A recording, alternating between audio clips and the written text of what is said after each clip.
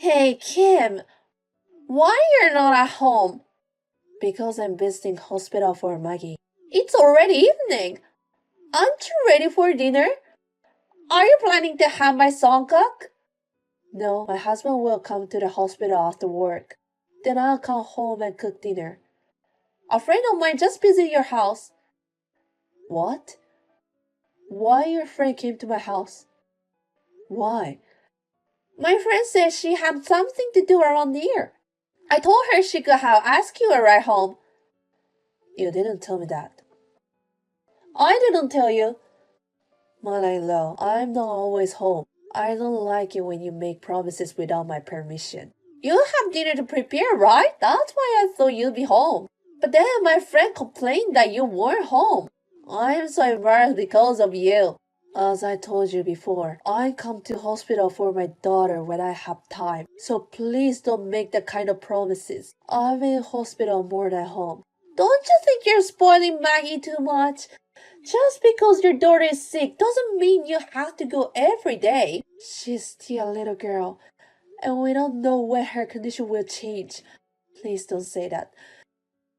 She's sick from the start, so don't worry about it. The doctors say she doesn't have long to live. So you don't want me to take care of her? That's not what I meant. She doesn't have to be a center of your life, do you? I wish you'd pay little more attention to me. You have a car, but you only use it to go hospital. Why don't you take me on a spa trip once in a while? Right now, I want to be with Maggie as much as possible. My husband feels the same way. I don't think so. My son is with you because you're with her all the time.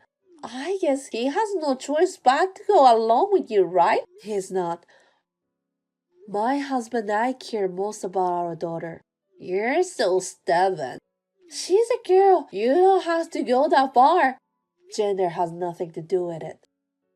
Yes, it does. If it's a boy, he's going to be the heir. I'm hoping to have a big grandchild soon. I'm sorry, but I can't think about that right now.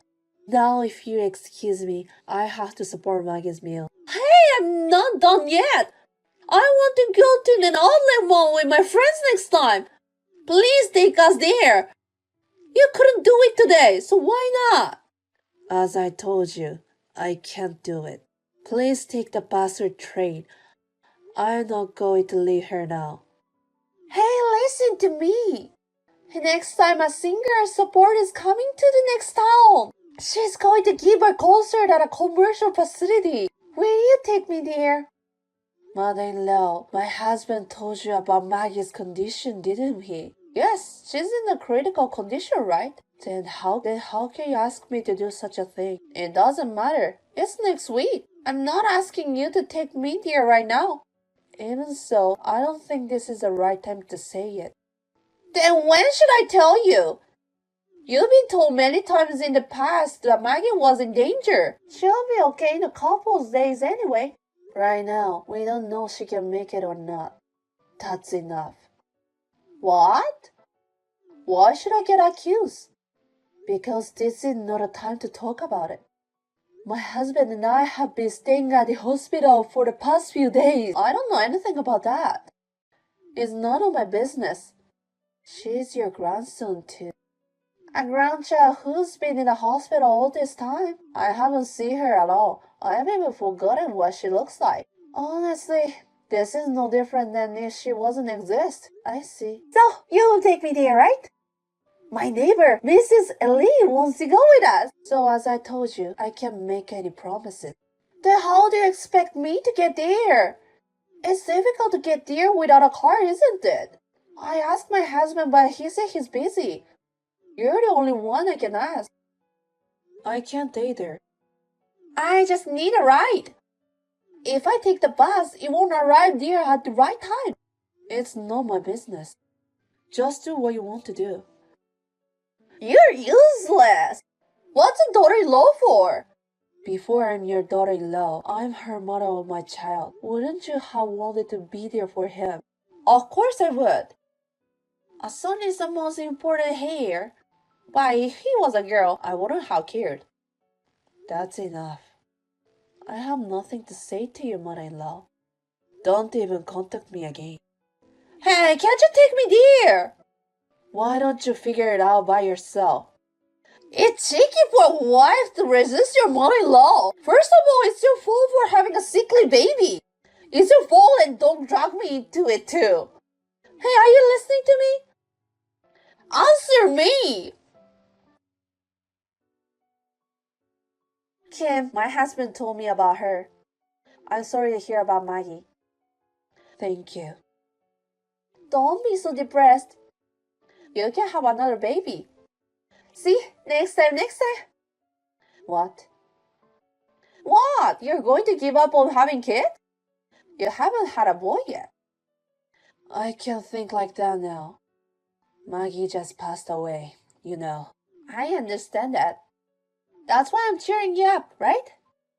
I think what you just said horrible. Anyway, after the funeral, make a boy as soon as you can. That's all you can do. I told you, the funeral isn't even over yet. That's why I said make it after the funeral. I didn't say now. It's the same thing. I don't like it. Everyone's in a wake mood. It's so depressing. I'm not going to the funeral cremation. It's too much hassle and I don't want to go there anymore. I see. I understand how mother-in-law thinks. If you don't want to, you don't have to come to the funeral. It's been really hard these past few years because of Maggie. My husband and son are always talking about her. You were always with her and never listened to me at all. Nothing good happened at all. But now that Maggie is gone, now you listen to what I'm asking, right? Excuse me, I have to prepare for the wake. Wait a minute. What do you want? Do you realize that this is all your fault? This is all your fault for not having a healthy baby. Even I wanted to give birth to a healthy baby. I've said that to myself hundreds of times. Oh, you knew that? If you knew that, don't do that again, okay? Please make sure it's a healthy baby. Really? Really, how dare you to say such a thing? What? What's wrong? Did I say something bad? Please don't even think to attend the funeral. I wouldn't go even if you asked me to. I don't even have much memories of Maggie. Besides the singer's concert tomorrow, Mr. Lee's son's wife taking me to the concert. So I have to get ready and get a good night's sleep. She's so different from some wives. She really helped me out. Kim, it's been a while. Yes. Oh, you can't even say hello anymore. Are you still depressed? It's already been a month since funeral. It's only been a month. The 49th anniversary isn't even over yet. But I think you're feeling better than last month. So it's time for you to take action. Do your best. What are you talking about? I'm talking about my grandson. I can't wait for you to show me my beautiful grandson. In your mind, Maggie isn't a grandchild, is she? Of course she is. She's always sick and she's in the hospital all the time. Also, the gender is right. I never thought of a girl as a grandchild from the beginning. Instead, focus on making another grandbaby. This time will be a man. You don't even know what is good and bad to say it. I found out the mother-in-law really is an irredeemable person. What? You still don't know anything, do you? Mother-in-law is no longer taken care of by anybody. What do you mean? When have you seen your husband lately? What? Well, I haven't seen him for a few days. He said he's busy, that he's going to be away from home. He hasn't been home, has he? He must have something important to do at work. He's been traveling a lot. It's not unusual for him to be away from home. Your husband left home. Now he's preparing to divorce with you. What the hell are you talking about? Don't say things like that, you don't make sense. It's true story. I have his permission to talk to you about it. Why is my husband divorcing me? We've been together for over 30 years. It's your attitude toward Maggie. You didn't deal with Maggie because she's a female. You made a fool of her for being sickly, and you never came to visit her at the hospital, did you? You didn't even attend the funeral because you thought it would be too much hassle. He just couldn't stand that attitude. Why do you have to get divorced over Maggie? It's her fault for being sickly, isn't it? He couldn't stand that kind of attitude. Your husband really cared about her. He warned you many times, didn't he? He wanted you to stop being so harsh to Maggie. You want me to love any grandchild for her unconditionally? If you don't like something, you can't help it. I am not saying that you should be unconditionally kind to her because she's your grandchild. But every time something happens, you point out that Maggie is sickly or weak. Even you made disparaging statements on more than one occasion. You're free to think what you want in your mind. But you don't have to speak any single word, do you? I'm just being honest with myself. I just said what was on my mind. What's wrong with that? I think you don't understand that. That's why you're getting divorced.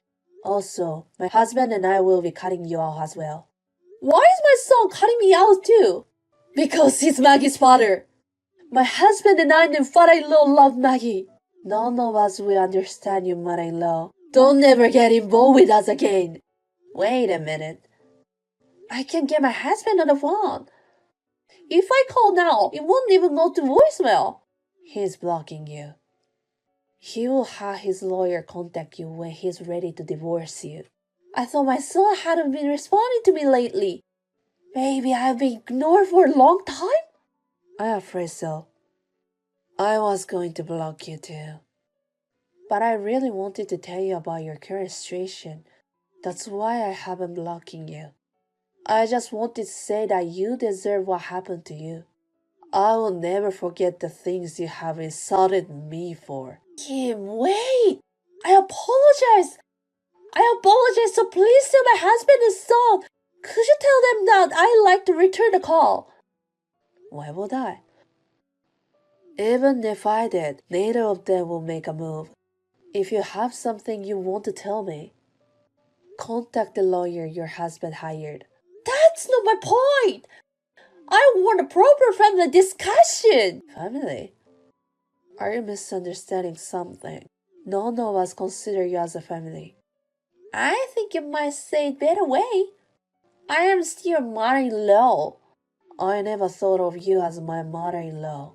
What? After I got married, you started picking on me. After giving birth to Maggie, you started insulting me for giving birth to a sickly child. You know, you are the one who disrespects your grandchild. I can't even consider someone like that a stepmother. But it doesn't matter for now. You didn't recognize her as your grandchild either. It's up to me what I think. Kim, I'm sorry. I'm sorry when I treated Maggie badly. It's too late for apologize. She won't come back. I won't do anything like that again. You can do whatever you want. It's none of our business. Think about what you've done and live from now on. How am I supposed to leave? My husband says he's divorcing me too. My son has disowned me too. Kim, please help me. I'll do anything. If you do anything, just forget about us. We will never help you. You're nothing to us.